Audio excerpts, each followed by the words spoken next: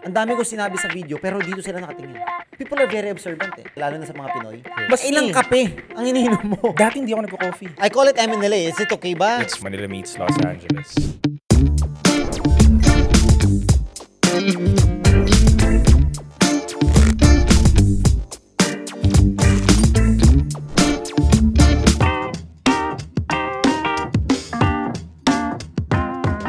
Okay, what's up guys? Another watch, another day. Pare, we're here. Guest natin ngayon, Frank Mendoza, pare. One of the most respected business people in the industry ng mga clothings, pare. Maraming salamat for coming, pare. Salamat. Kailangan ma-shake kita, pare. Yes, Kahit sir. basa, ayaw mo Yes, na. sir. Ay, nagkakape kami, alam mo naman. Yep. Kailangan natin may energy, oh. Gabing-gabi na, pare. Anong oras na? Salamat sa kape. It's 10:35 p.m. May energy ka pa? Oo, marami pa. Parang peak hours ng thinking. Anong oras ka ba natutulog? Tulog. Ideal o yung honest? Ideal at saka honest. Sige. Okay, ideal, I sleep 10 to 2. 10 to 2 a.m. Oo.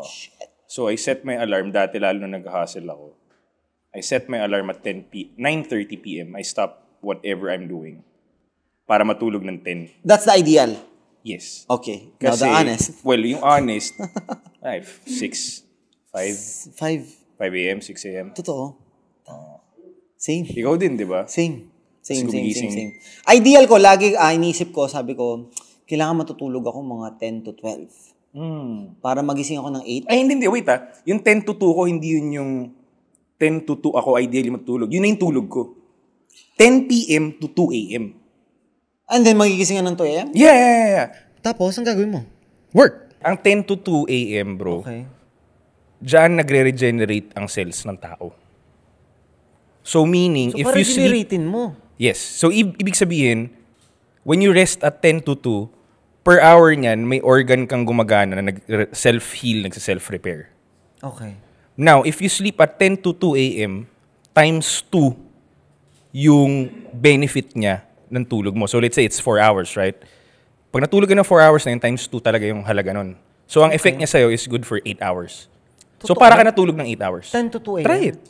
Para ka natulog ng 8 oras. Actually, ganun nangyayari sa akin. Pag umuwi ako ng mga 9 na pagod, nakakatulog ako ng 9, 10, magigising talaga ako ng 2. Hindi na ako Taas na energy mo, di ba? 7 na ako makakatulog. Exactly. Yun yung isa sa mga sikreto kong ginagawa nun para makatrabaho ako ng malala. 4 hours sleep, katumbas 8 oras. So, ang sharpness mo, same. Okay, tapos natutulog ka pa ng 7 a.m. Hindi na. Tuloy-tuloy na yun. 2 a.m. tuloy-tuloy na? Up to next 10 a.m.? Good for 8 hours na nga siya eh. 8 hours na yung katumbas niya. Ilang kape ang iniinom mo? Dati hindi ako nagko-coffee. Ngayon? Ano lang ako nun, vegetable blending ang tirada ko nun. So, yung ideal mo pala is sleeping from 10 to 2 a.m. Until now, I still practice it. Okay, now the honest na tulog mo talaga. Yun, 5 to 6 a.m. tutulog ako. Gising ako ng mga 10 a.m. Pag Same. latest 12 Same noon. tayo. Ganun. Siguro, I think the lifestyle of a businessman, lalo na kapag starting ka, magiging pare-pareho Yun talaga. na nga eh. Pero let's be honest with ourselves, di ba? Hindi talaga healthy yun eh. Hindi talaga. talaga Pero yung 10 to 2, healthy yun. Totoo. Kasi nga 8 hours siya eh. Kasi iniisip ko talaga before, how will I optimize my time? Kasi ako, 10 to 2, yes. Pero hindi ako dire-diretso. Makakatulog pa rin ako ng 7. Magigising ako ng mga 11 na, 12 minsan. Tapos parang ano pa rin, walang energy na masyado. Got you. So, siguro, ginagawa ko kasi nun, pagdating ng mga 7 or 8, mag-workout na ako. Inaantok ako nun eh. So, ang gagawin ko, pag inaantok ako, every time maantokin ako, mag-workout ako. Kasi ayoko matulog eh. Ang laki siguro ng katawan ko. Kaysa matulog ako, mag-workout ako, tataas na naman energy. Di ba pag nag-workout ka after mo, ideally antokin ka, pero hindi naman talaga. Ang ideal ko, naisip ko, ako naman, ideal ko, naisip ko, tulog ako ng mga around 10 to 12. Not tulog yun ah. Yeah. Around that time, Sleeping I start time. sleeping. Right. I wake up at around 5:36. Nice. Workout. Breakfast. Tapos, do errands na. Tapos, around noon time, take a nap. 1 to 2 hours na nap. Minsan, I accidentally do that eh. Kaya lang, I feel tired. Napansin ko. Basta ang tulog ko, bawat 12 midnight na. iba na yung quality of sleep ko. So, hindi na ako natutulog. 5 p.m. na lang ako matutulog kasi alam ko pareho na lang siya. Tama. Di ba? So, it's either 10 p.m. or 6 a.m. Yun ang gagawin ko. Kasi, pag hindi, wala. Parang, marami kang tulog pero pagod ka rin. Bro, nakalimutan pala natin. Introduce naman yourself. Oh, wow. Right. Camera mo. Alright, Frank Mendoza. Right. So, Ikaw na, sige. alright, it's Frank. Hi, it's Frank Mendoza. I'm a designer and the founder of Manila Meets Los Angeles. So, it's a brand that pushes the boundaries of what we call, let's say, local clothing brand or what we know more recently as streetwear. Di ba? Pero for me, it's not just a brand. It's a community. It's a movement. So, that's Frank. Actually, alam mo yan, since nag-start yung MNLA, Alright. I call it MNLA. Is it okay ba? Na people call it MNLA, Yep. MN plus LA, Correct. mga ganon. So usually, ano ba tinatawag talaga? Manila. Kasi Oo. MNLA no? Oo. Manila, oo nga. Dati na-overhear ko pa, naglalakad ako, sabi niya, uy, si Frank, siya yung may-ari ng Manila, Philippines. Tuwan-tuwa ako. Puta, akin na pala yung Manila, Philippines. Dinuktawan sa akin daw yung Manila, Philippines. Manila, Philippines. Pwede? Pwede. How I wish. Ayaw mo. Pero ever since nag-start yung MNLA, Salamat tayo ba? Yeah. Sobrang talagang lahat ng damit ko, pare, MNLA. Crazy Pedring pa lang. Sa LA Gadget Hub pa LA lang ako. Gadget. Sobra. Nauna ba si Crazy? Ano yan? Nauna ang Crazy Pedring bago kay LA Gadget? O di ba si Karak? No. Actually, yung LA Gadget Hub started and then Crazy Pedring started. Crazy Pedring is the character for LA Correct. Gadget Hub kasi. Okay, so nag-start si LA nang wala pa si Crazy. Oo. Nag-start siya and then Hindi pa ikaw ang face. hindi pa. Faceless pa siya, kumbaga. Faceless pa siya. Pero For a ang few content, months. ikaw yung gumagawa. And then ako na yung gumawa ng content. Yeah. Why Actually, did you think about building a personal brand na Crazy Pedring? Kasi all businesses has to have their faces. For me, the modern marketing strategy ngayon is, kasi lunok ka talaga dun eh. Actually, hindi ko pinapalabas dun na may ari ako. Pinapalabas ko salesman lang ako dun. Na loko-lokong salesman. So, nakita ko ngayon, pero alam ko na, nagets ko na eh. All Masyado pride- madali na to para maging... nagigets ko to, All nagigets ko. pride, lunok ka talaga for the face, for your business. Everything Correct. I do kasi is for the business. It's not really for personal gain eh. It's not really for the fame. It's not really for Wait, everything. bakit lunok pride? What do you mean? Lunok pride kasi yung gagawin mo doon na ginawa kong katawa-tawa sarili ko doon eh, honestly eh. O, parang Kuya Jobert. Parang Kuya Jobert. Reference eh, And I'm diba? very good friends with Kuya Jobert kasi. Yeah.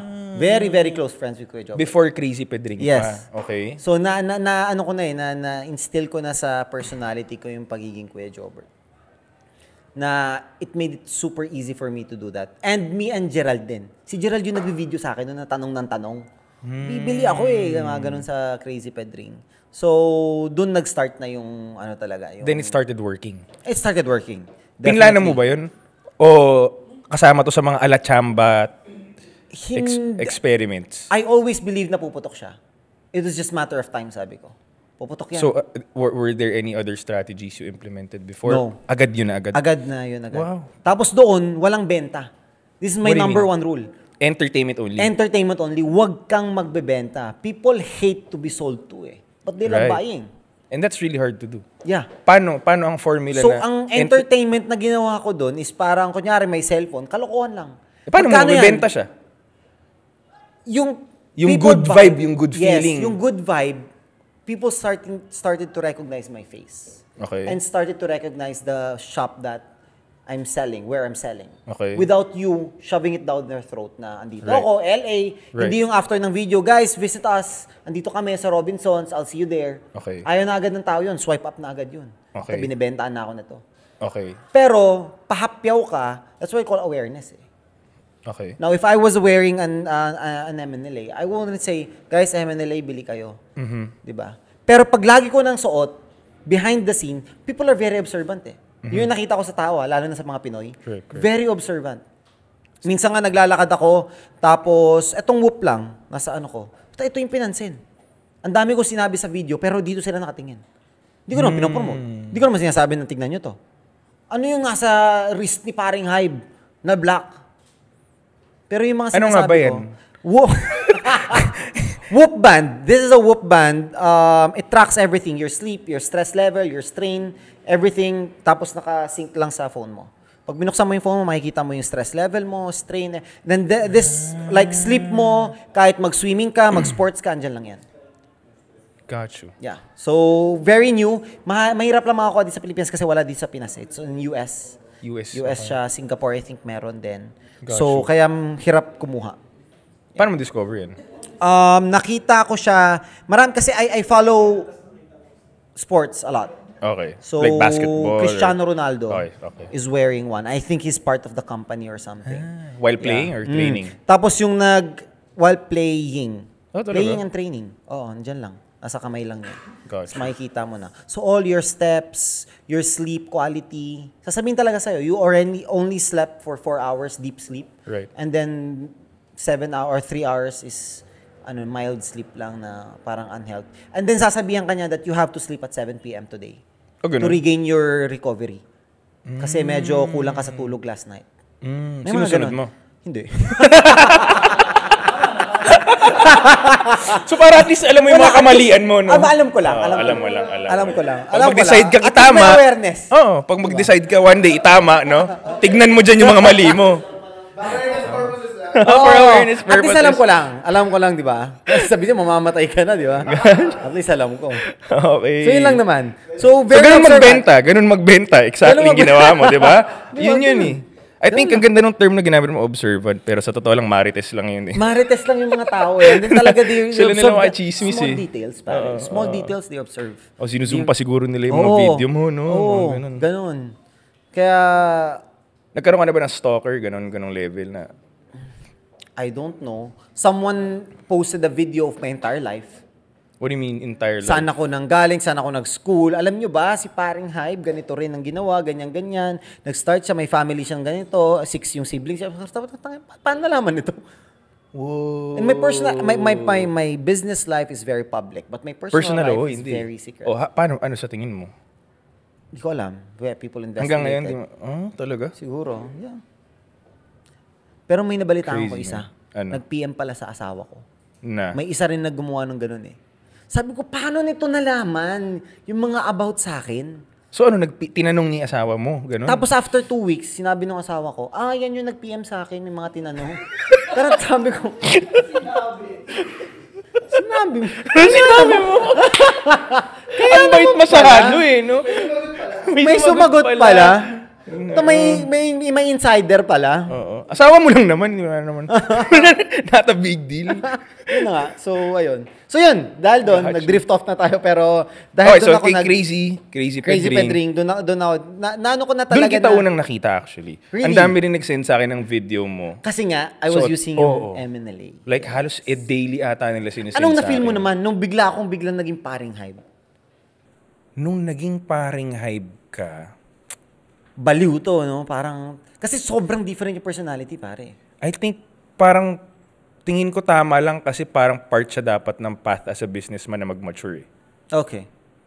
And sinabi rin ni Virgil Abloh dati, naalala ko, walang problema sa rebranding. Wala. It's just a move that means na na-outgrow mo na yung previous concept mo. As long as you improve. Siyempre, kung nag-rebrand ka tapos na-devalue ka, I think yun yung medyo mistake. Actually, right? sobrang hirap nun eh. Yung ganung personality. Alin? In a snap. Si Crazy. Si Crazy Pedring. Kasi in a snap, naka-meeting kami, kausap ko yung head ng Samsung, ng Apple, where may niluluto kami. Congrats agad Hindi, dati yun. Okay. Thank you. I would be explaining, di ba? Okay. Guys, I think we need this. We can't settle for just 12%. We need support when it comes to yung mga yung mga freebies niyo, especially sa launching. We need parang ma-accommodate kami. We need allocations of this topic. English ka pa di ba? Kasi katapat mo talaga executive. So. Tapos after ganun, bigla kang parang nagtatanga-tanga, switch personality ka nun. Nakakabaliw yun. Yun yung mas mahirap kasi ngayon, professional ako when it comes to dealing. Tapos when it comes to mga meetings, ganun lang din naman. Mas nagiging serious lang ng konti. Pero doon ang layo eh. Oo, grabe ako switch nahirapan. no? Pero Sobrang sa Crazy Pedring, may kausap ka naman sa cam, di ba? Yes, kausap ko si Gerald, si paring G yun. Okay. So hindi ka naman para magiging Blues Clues na mababaliw Oo. No? Hindi naman ganun. Hindi. Yun yung mas nakakabaliw, pare. Kasi wala siya kausap di ba? Alam mo bang minsan, pag walang energy si paring G, kahit ako nawawala. Kasi siya yung taga-tanong He will lead the way. Ako lang yung impromptu na magre-react dun sa mga sinasabi niya. So siya rin yung nagdadala actually, no? Pinagalitan kasi ako ng papa ko Nawala ako daw yung cellphone ko Saan ka kasi nagsususot Sasabihin ko na ganun. Baka binubuli ka na naman nung doon, nung mataba doon sa inyo So yung reaction ko is based on dun sa kung ano sasabihin din niya. So wala, magaling din siya magpatawa pala, no? Oo. Actually ngayon, everyone return to their character talaga. So naging professional talaga ako. Si parang GGT, ever since yan, patawa yan. Okay. So, comedy style minentain yan niya yun. Yes, minentain. Ngayon, ikaw hindi ka na crazy Hindi na crazy Pedring, di ba? Wala na yun. I can't be crazy na I can't na So, ayun. Rebranding naman. Yung iba, up to, like, even 2 weeks ago, I saw people even debating na hindi kami isa. Hindi yan yun. Iba yun. 2 weeks ago, sa comment section. Ano ka, schizo? Ganun kalala? Siya rin ba yung nagbebenta ng cellphone? Haha, hindi boss. Iba yun. Yung isa, haha, siya yun. Mas magaling ka pa Tapos ayun na, nag-away na sila. Nag-away na sila. Ganun. Doon sa mga old videos. So, kasi nag-check ako ng mga old videos ko Kamukha mo lang daw yun. Oo, kamukha ko lang daw. Nagkataon, may nunal din dito. Oo, ganun. Sabi, ayos kambal niya. Pero most of the people naman knows na. Pero money isn't an issue. Sinong character mas gusto mo? If money isn't an issue, ang hirap Gusto mo yung dalawang character. Kasi personality ko rin naman talaga yun, in a way. Kahit yung mga like tao ko at mga nakakasama ko, sila yung nakaka-notice yun. Biglang mag-i-switch. So, social mode si Crazy. Oo. No? Professional mode si Hybe. Oo. Parang ganun. So, kung hindi split personality disorder. Ngayon lang ako na-diagnose. Take the doc, Walang naging Doc Frank pang segment, no? Ngayon lang ako na-diagnose. Pero ano nga pipiliin mo kung halimbawa? Hindi issue, negosyo. I'll still stick with paring Hybe. Paring Hybe. Yeah. Kasi si Crazy Pedring is just fun in a fun way. Pero when it comes to leading people and then building an empire, I don't think Crazy Pedring would be a good personality to stick with. Yes, right. I can't talk like this as Crazy Pedring. Right, diba? Parang puro kalokohan. Sumo, Crazy Pedring. Nakakamiss. Baka itaob ko to lahat dito. Hindi tayo magkakilala dito, pare. Mawala yung branding, pabuhat, magsara gentry, pare. Alam mo naman. Wala. Pwede ka pala maging artista, Hybe, no? Kasi kaya mo mag-acting Actually, hindi ko na nga maintindihan sarili ko Hindi siya acting Acting ba siya? Kasi pero ako naniniwala ako na everyday we act. Ako, I really firmly believe. Yes, everyday, definitely. if you wake up, pipili ka kung sinong character ang ipuput on mo ngayon Yeah. Unless wala kang control kasi hindi ka aware. Pero kasi ako parang may switch. Okay. Na kahit sarili ko, hindi ko na ma-distinguish. So yung switch, wala kang control, parang ganun. Pag ini-switch ko na yun, na Crazy Pedring na ako, hindi na ako kasi when you say acting, mahirap. If I'm Crazy Pedring, it's easy. If I'm paring Hybe, it's easy also. So parang hindi ako nahihirapan. I don't need script. So pag binigyan ka ng panibagong character, baka dun ka mahirapan. Kasi out of character mo. Tama ba? Baka. Halimbawa, leading man. Pero kasi itong mga tao, lagi nila ako pinagtatawanan. Kasi ito yung tingin kong secret. Magaling ako manggaya. Kids. Kahit sino. Kahit ikaw, bro, kaya kitang gayahin. Ayos. Hindi. May ganung talent pa pala. Pang Pilipinas Got Talent pala to, no? Shit, di ba? So, baka madidiscover ka later. Nagaya na kita. Walang nga. Pwede ka nga mag-artista, Hybe. Sakto lang. Magaling ka nga mag-acting. Paano pag leading man ka ganyan? Observant, tingin ko yung... Bakit? Bakit hindi pwede? Ayaw niya mag-script? Hindi ako magaling mag-script. Gusto mo ad-lib? Gusto ko, yes. Talaga. On the spot. Ad-lib. Hindi ako magaling mag-script. Pag scriptin mo ako, ilang beses na take to. One time nag-script, nag-try siya. Ito sasabihin mo, 1, 2, 3. Para Wala. dun sa watch video? Umuwi kami, hindi kami nakagawa ng vlog. Iba na ang era ngayon eh, no? Kasi dati script, talagang planado, plakado. Pero if you tell me how the story should go, kaya ko nang timplahin. Oo. Pero hindi pa yung rin sasabihin scripted. ko yung specific talaga. Tsaka tingin ko iba rin impact sa audience ngayon eh. Pag scripted, binabash nila eh. Parang, ay scripted. Hindi ka tulad dati na normal gets mo na scripted. Oo, ngayon gets gusto mo na nila scripted. reality show ang People type want nila eh. No? to have authenticity, tingin ko eh. Which is good, I think. Oo. No? Ikaw bro, as a content creator din, Huh. I see you doing contents, di ba? Okay. Pero you're more focused on yung mga ganito, mga podcasts. You document your daily life. Correct. Ganon. Anong tingin mo, tingin mo ba na na parang nag-iiba rin yung identity mo when you're front camera or ganun pa rin? Ako sa nakikita ko, hindi ka nagbabago. Hindi. Pero do you play a certain role din